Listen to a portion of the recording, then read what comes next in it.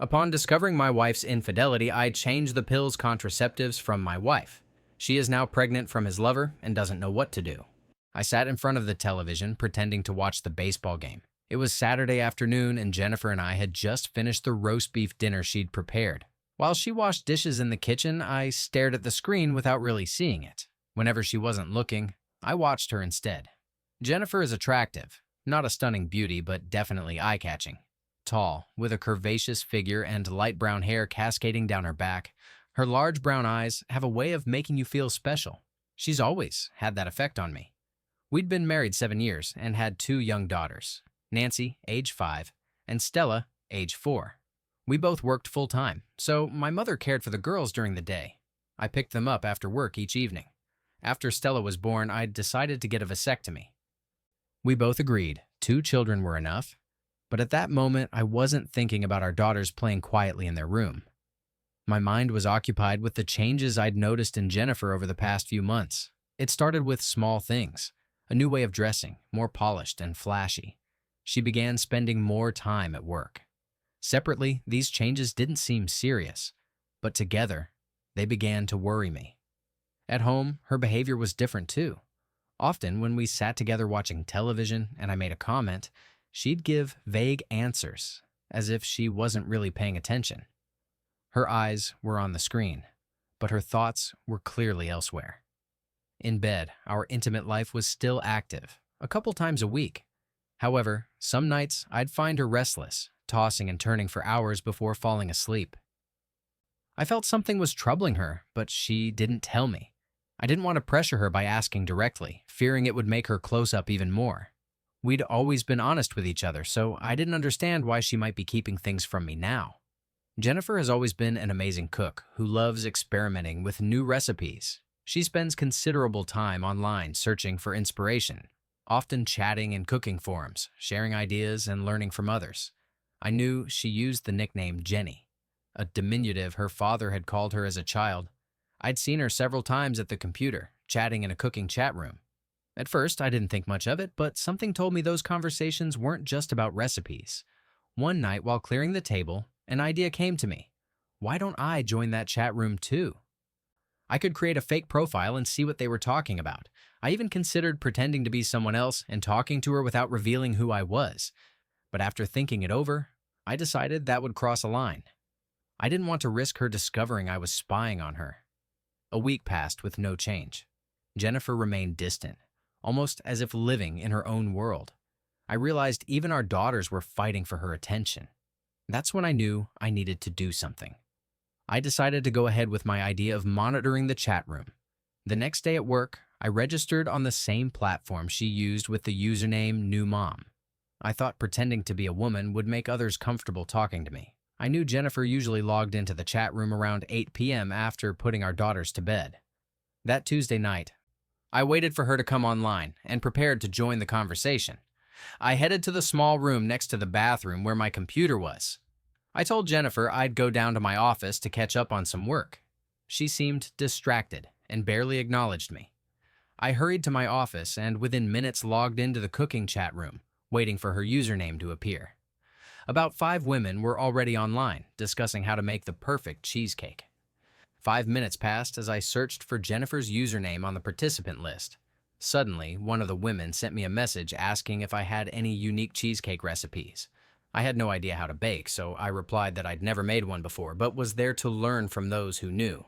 Just as I finished typing, I saw Jennifer's username, Jenny, appear as the newest participant in the chat. Everyone, including her, started giving me advice on how to prepare a cheesecake, what type of cheese to use, the necessary quantities, and tricks to make it perfect. The chat room filled up quickly until about 12 people were talking at once, making it difficult to follow the thread of conversation. I took a moment to ask Jenny to send me her cheesecake recipe by email, giving her an address I'd created specifically for this chat. The next day at work, I found an email from her with the recipe. I was surprised. This email address was completely new to me. Jennifer had never hidden anything from me before, or at least I'd thought so. I felt guilty the rest of the day, knowing she should never discover that New Mom was actually me, her husband. However, I decided to continue. I sent her an email the next day telling her I'd tried her recipe and the cake had turned out fantastic. My husband had loved it.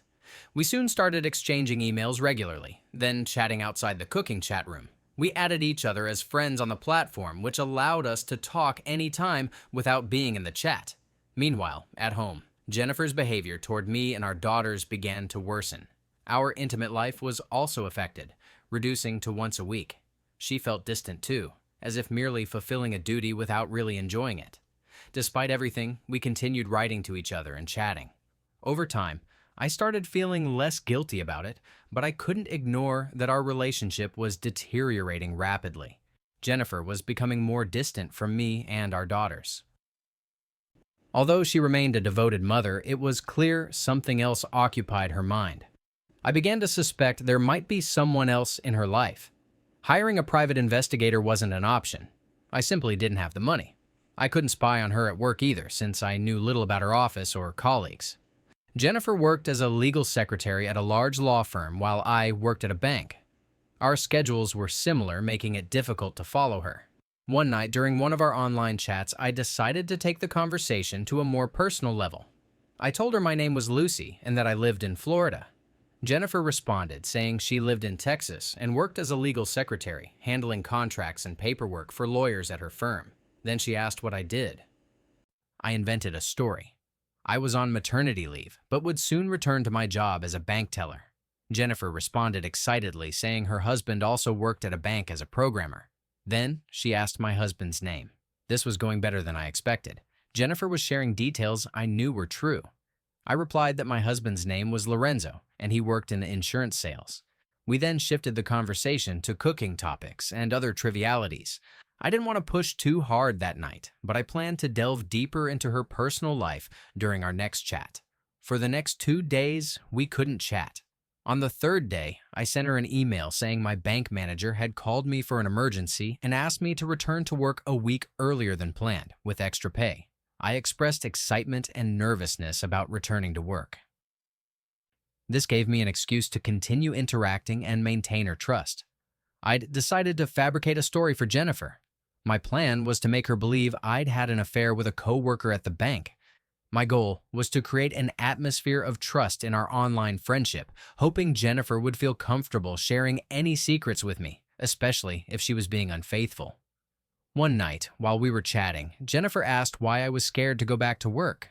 I answered, "I'm not sure if I should share this, but I want to vent a little. I just hope you don't think less of me when I tell you what I did."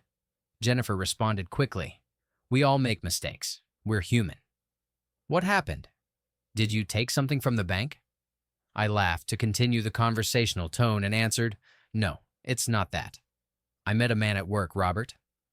We started as friends, but things moved to another level." I proceeded to tell her my supposed story, a relationship of more than a year with this Robert, how it all began with casual meetings after work, and how those meetings turned into something more. I described how being with him was exciting, but I still loved my husband and didn't want this affair to ruin my marriage.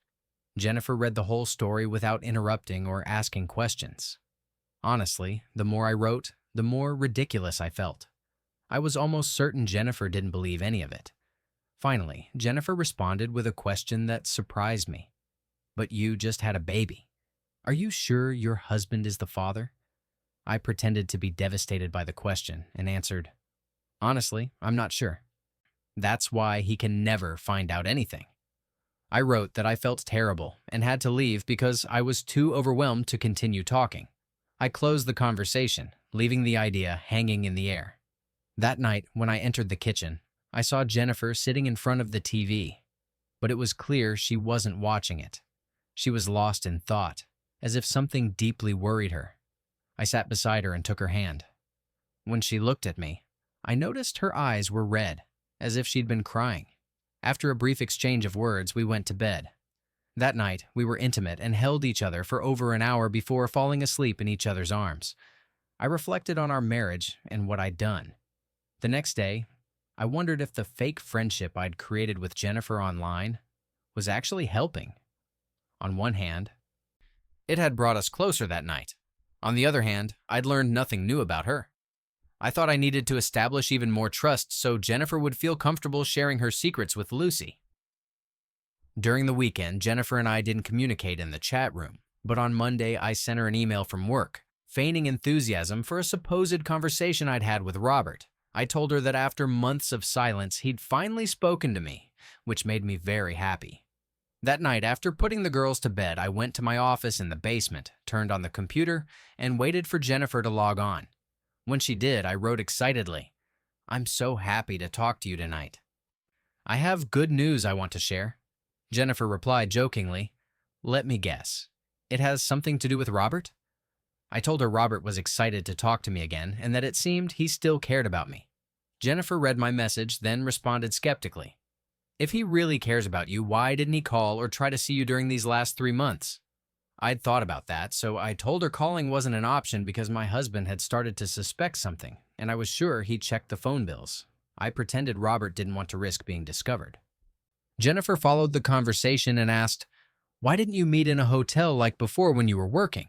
I answered that it wasn't possible because I was pregnant and didn't feel comfortable with my appearance. I doubted Robert would want to be with someone in that situation. We continued chatting for about 30 more minutes. Even though I tried to emphasize how special this Robert was, I felt Jennifer wasn't impressed with the fictional person I'd described to her. On Wednesday, Jennifer came back online, and this time our conversation became much more revealing. After several minutes, she began to open up about her own problems. Finally, she admitted she was involved with someone else, her boss, Jason, a lawyer who was married with a son. My heart skipped a beat. I'd heard Jennifer mention Jason before, but she hadn't mentioned his name in recent months. According to her, the relationship had started almost a year ago, during a work trip to Atlanta for a convention. Until that moment, I'd believed Jennifer had attended with another secretary, but now I knew that had been a lie. Jennifer described how, during their first night in Atlanta after a group dinner, Jason had invited her for drinks in the hotel lounge. That night ended in his room. Despite initially feeling guilty, the next day they repeated the experience, spending the whole night together. When she returned home, she distanced herself from him for a few weeks, but eventually gave in to his persistence, and they resumed their relationship. As Jennifer continued writing, I discovered they used Jason's office after work hours to meet. Over time, they began seeing each other in a hotel room once a week, in addition to sneaking off to the office several times. Jennifer confessed the romance had lasted more than a year, and they met 3 to 4 times a week, much more than we had intimacy. The rage I felt while reading was indescribable. I remembered all the times Jennifer had avoided being with me, making excuses. But now I knew. With Jason, she was always willing and excited. I asked Jennifer if she had feelings for Jason. Her response was immediate. "No, I don't love him. I love my husband. But the physical connection with him is like an addiction." That confession devastated me. How could she say she loved me while betraying our family like this? When the conversation ended, I was emotionally exhausted. I apologized, saying my baby needed me, and promised we'd talk again in a few days. I closed the computer but couldn't stop thinking about everything I'd discovered. How could she say she loved me and at the same time share something so intimate with another man? How could she look at our daughters while living a double life? The idea of Jason enjoying the best of Jennifer while I suffered in silence filled me with anger. I decided I couldn't forgive her. My marriage was broken, and the only way to get revenge would be to fight for custody of our daughters. If Jennifer lost them, it would be the most devastating punishment for her. My goal was clear: get a divorce and win complete custody. I'd move away with the girls, even to another state if necessary. Jennifer had to pay for the damage done to our family. I also decided to inform Jason's wife about the affair and consider taking legal action against his workplace, as I felt they'd contributed to the ruin of my marriage. However, my first step was to gather concrete evidence of their relationship.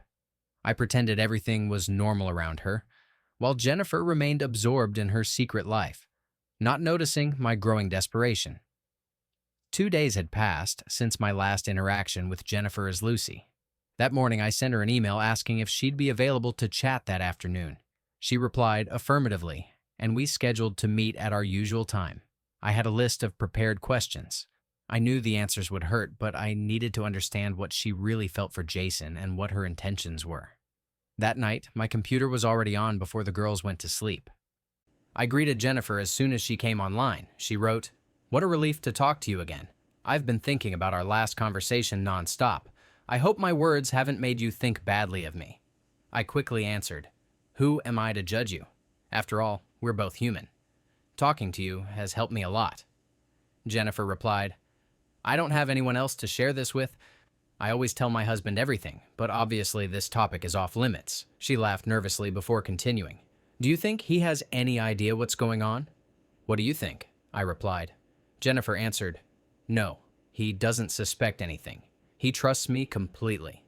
If he found out, I'd lose everything. He can get very intense, and I don't want to make him angry." I took the opportunity to ask, "You mentioned your husband had a vasectomy after your youngest daughter was born. Aren't you worried about getting pregnant with Jason?" Jennifer assured me, "No, that's not a problem. I've been taking birth control pills since everything started with Jason. I keep them well hidden." She even explained in detail how she took the pills every morning while in the shower and kept them in a shoebox in her closet. I felt a mixture of anger and disdain reading how she managed to deceive me and then enjoyed sharing it with her friend. I asked the most important question. "Are you thinking of leaving your husband for Jason?" Jennifer quickly responded, "That's not going to happen. I love my husband deeply and my family. I don't want to abandon them."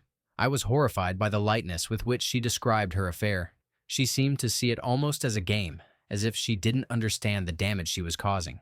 I asked, "Don't you think you're neglecting your husband? He must feel excluded."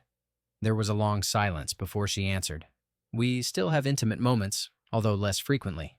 But I don't think he minds. He knows I love him." I couldn't help but push a little harder. "Aren't you afraid that given the lack of attention at home, your husband might look for affection elsewhere?" The answer took a long time to arrive. "No, I hadn't thought about it. Now, you've got me worried." As the conversation progressed, Jennifer almost excitedly told me about an upcoming trip to Orlando with Jason, something she hadn't mentioned to me at home. That night, when we both went to bed, I had trouble sleeping. I was too angry to try talking to her at that time. Jennifer, for her part, seemed restless, turning constantly in bed. I decided to address the topic the next day. On Saturday morning, as we sat at the kitchen table, I started the conversation with a serious tone. "Have you realized our intimacy has decreased a lot in recent months? We went from being together several times a week to almost nothing. It's been almost 2 weeks since the last time. What's happening? Maybe you're seeing someone else?" Jennifer paused, clearly surprised, leaving her fork in the air. In our 7 years of marriage, I'd never addressed something like that so directly. After a moment, she replied, "That's really offensive, Jack." She always called me Jack, but when she used my full name, it was because she was upset or wanted to emphasize her point. Her gaze was full of annoyance as she continued, "How can you question my loyalty after all these years? I'm juggling between work and home. It's natural that our physical relationship cools down a little. It's unfair of you to suggest something like that." I replied, trying to stay calm. "I'm not accusing you of anything, but you've changed a lot this past year. Even our daughters feel it. They hardly come to you with their problems anymore. Now they come to me." This seemed to enrage her even more. Her reaction became more intense. "I only have 24 hours in a day, and I can't always attend to every need of our daughters. It's fair that you also get involved." But as she said this, her expression changed abruptly, as if she'd realized the insensitivity of her words. She'd hinted that she saw our daughters as a burden. Her face went from anger to anguish, and she quickly got up from the table and went to the bedroom. I decided to leave the subject for the moment. It was obvious any attempt at conversation would be useless. That afternoon, Jennifer went out to do her weekly shopping, a usual routine for her. I suspected she was probably looking for something new for her next trip with Jason to Orlando. With her out and the girls playing in their rooms, I decided to look for the birth control pills Jennifer had mentioned to Lucy. It took me a few minutes, but I finally found them in her closet, exactly where she'd said, hidden in a shoebox. Inside a small plastic case was a used pack of pills and 2 more sealed ones. This confirmed she'd been taking them for at least a year. consistent with the beginning of her affair with Jason. I felt a mixture of sadness and pity. How could the woman I'd loved so much betray me like this? Where was the person I'd married 7 years ago? I held the box of pills while reflecting on the future of our family. It became clear to me that our marriage was over. However, I knew I couldn't allow our daughters to stay under her sole care. Sadness gave way to despair, and then to a strong desire for revenge. A plan began to form in my mind, a dark plan, something I would never have considered in the past. Bitterness and anger had consumed me. Carefully, I took a pill from the package and brought it with me when I took our daughters to my mother's house. I then went to a pharmacy where I spent more than half an hour looking for what I needed. I bought 2 types of pills, some round white ones for liver problems and baby aspirin. Both were similar in size to Jennifer's birth control pills. That night, I compared the new pills with the originals. The children's aspirin fit perfectly in the dispenser. Although slightly thicker, I proceeded to replace all the pills in the package in use with aspirin. Then, I put everything back in place and picked up the girls from my mom's house, hoping they wouldn't mention our visit. The following Tuesday, Jennifer informed me she had a conference in Orlando and would be traveling with a secretary from her office, though she didn't specify who. While she was away, she never called to check on the girls. She didn't even seem to care about me. The day after her departure, I decided to investigate. I used a payphone to call her workplace and asked for Jason. They reported he was also out of town and would return the following week. I had no doubt they were together. When Jennifer came back, she greeted me with a hug as if nothing had happened. That night, after putting our daughters to bed, she took me to the bedroom and tried to initiate intimacy with me. But I rejected her, making an excuse that I had a headache and was stressed at work. She started to insist, trying to be playful and seductive. So I had to reject her again. She finally got offended and turned her back on me. I wondered if Jennifer's actions that night were an attempt to make up for not calling while she was away, or if she felt guilty about the time spent with Jason. Perhaps she was trying to make up for her earlier harsh words about our daughters by physically approaching me. However, her gesture felt more like an attempt to repair things than a genuine act of shared intimacy. It was disgusting. In the following days, I continued our talks as Lucy. I pretended to rekindle my relationship with the fictional Robert, inventing stories of passionate encounters to provoke Jennifer into revealing more details of her relationship with Jason. This strategy worked. I discovered things Jennifer had done with Jason that she'd never done with me. She even gave me tips and situations I could try with my lover. Every detail was another blow to my heart. Her actions contradicted her words of loving me. More than anything, I constantly monitored the birth control pills I'd changed, making sure Jennifer was taking them every day. I noticed the amount in the dispenser decreased. After a few weeks, I noticed a change in Jennifer's behavior. She began showing more attention toward me and our daughters. She seemed warmer and more present at home. However, a few weeks after her trip to Orlando, she returned home one afternoon, visibly worried. When I asked what was wrong, she burst into tears and locked herself in our room. My suspicions about the cause of her distress were confirmed when I discovered she hadn't taken her birth control pills in the last 2 days. Jennifer was pregnant.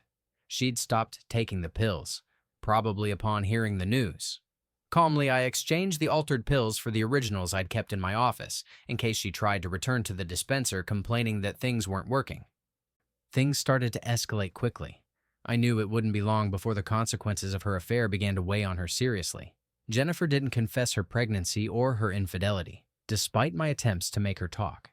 If she'd admitted the truth at that time, perhaps I would have taken a different path. But her silence only reinforced my determination to get revenge. While still maintaining my facade, I decided to continue collecting evidence and planned to sue her employer for contributing to the collapse of our marriage.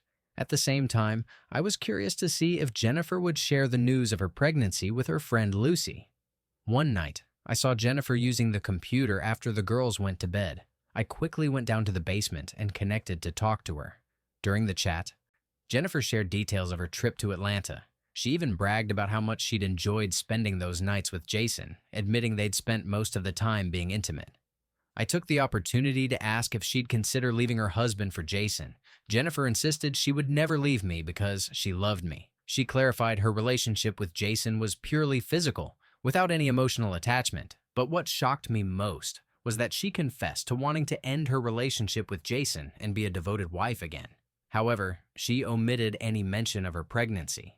Did she really believe everything could go back to how it was before? Perhaps she thought a year of infidelity and denying me the affection that was supposed to be mine could be so easily erased. That night, while Jennifer slept by my side, I knew I was reaching the point of no return. Something had to change, and soon. Jennifer finally confessed to Lucy that she was pregnant with Jason's child, and that they'd planned to visit a private clinic for an abortion. She detailed their plan to travel in 2 weeks with the intention of staying a few days to recover after the procedure. I documented everything she said, thinking about how to use it against her. The next day, I took a day off work and drove to the clinic an hour away. I pretended to be Jennifer's husband and confirmed her appointment at the clinic for the 14th of that month. I managed to get written confirmation with the clinic's seal. A week later, while we were having dinner, Jennifer told me she needed to go to another important conference in Orlando and would be out for 2 nights. She also mentioned it would be her last work-related trip. I didn't react as expected. She was probably surprised by my indifferent response. I already knew her romance with Jason was coming to an end, and her decision to stop attending conferences only confirmed it.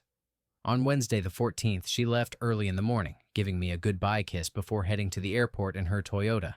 I knew she planned to leave the car there and continue her journey with Jason to the other state. As soon as she left, I also headed to the clinic, making sure I had a clear view of the entrance. Driving at the speed limit, though I knew it would take them longer to arrive since they'd first meet at the airport. When they arrived, I managed to take clear photos of both of them entering the clinic together. Once they were secured inside, I withdrew so as not to be seen. 3 days later, Jennifer was back home. She arrived that afternoon looking tired and was surprised to see me there so early. But by that time, everything was ready. During her trip, I had spoken with my lawyer and visited the firm where Jennifer worked. I requested a meeting with the president of the firm and told him my wife's whole affair with Jason, the pregnancy, and her visit to the clinic for an abortion. I made it clear I planned to divorce Jennifer and sue Jason. I also planned to take legal action against the company for not maintaining professional boundaries between bosses and employees.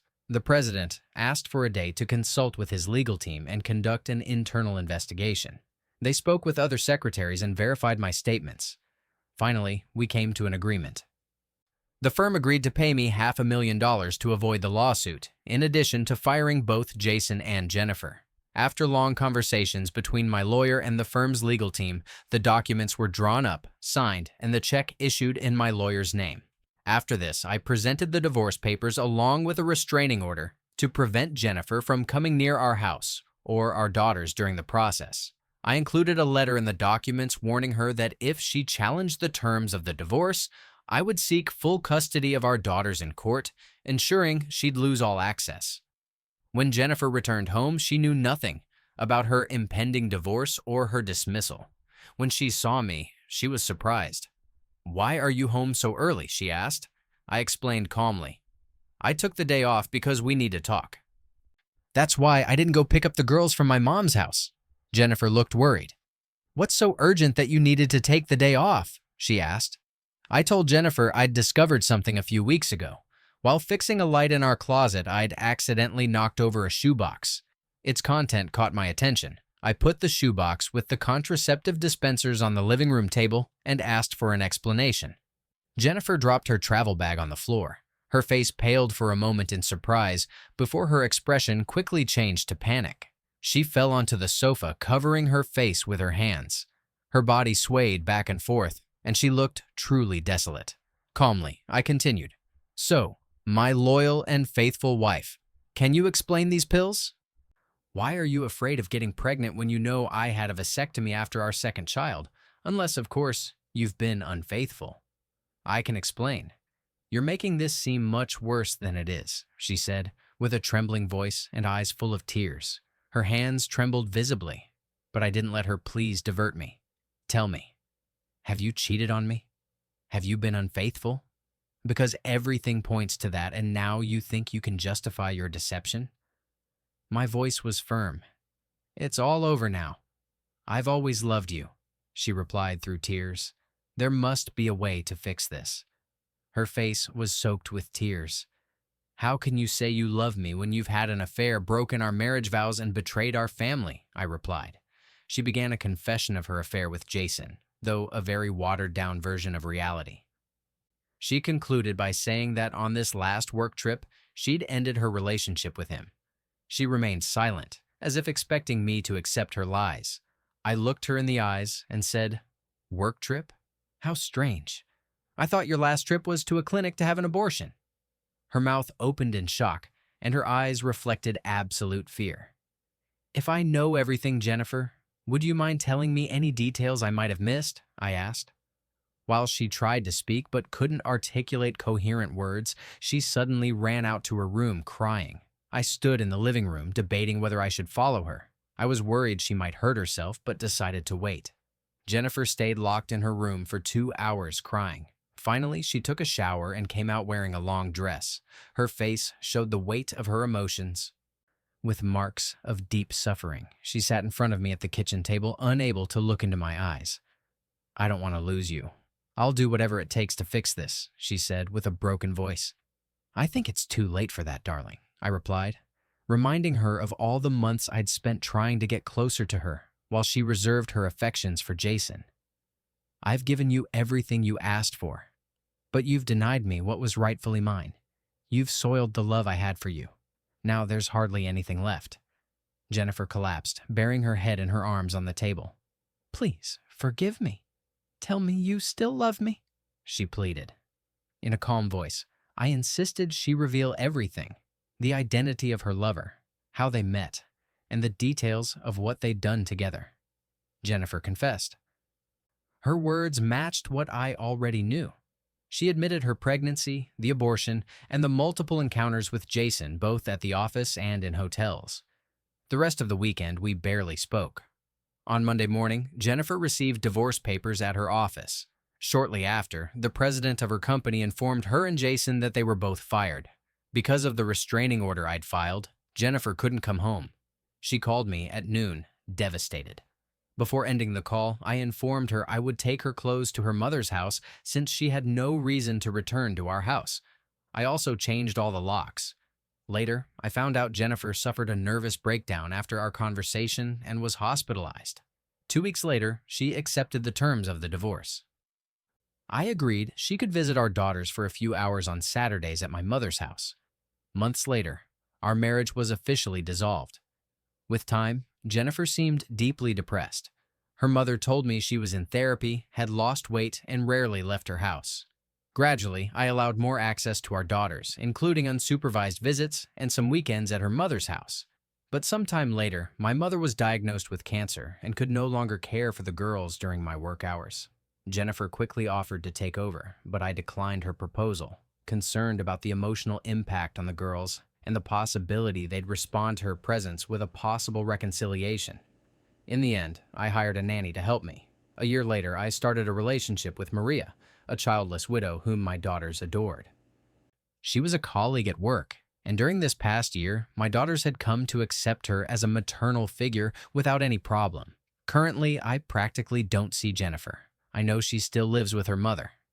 Deep down, I wish I didn't really know anything about her. But until my daughters are of age, Jennifer will be a problem in the background. As long as she doesn't step foot in my house again, I don't care what she does with her life.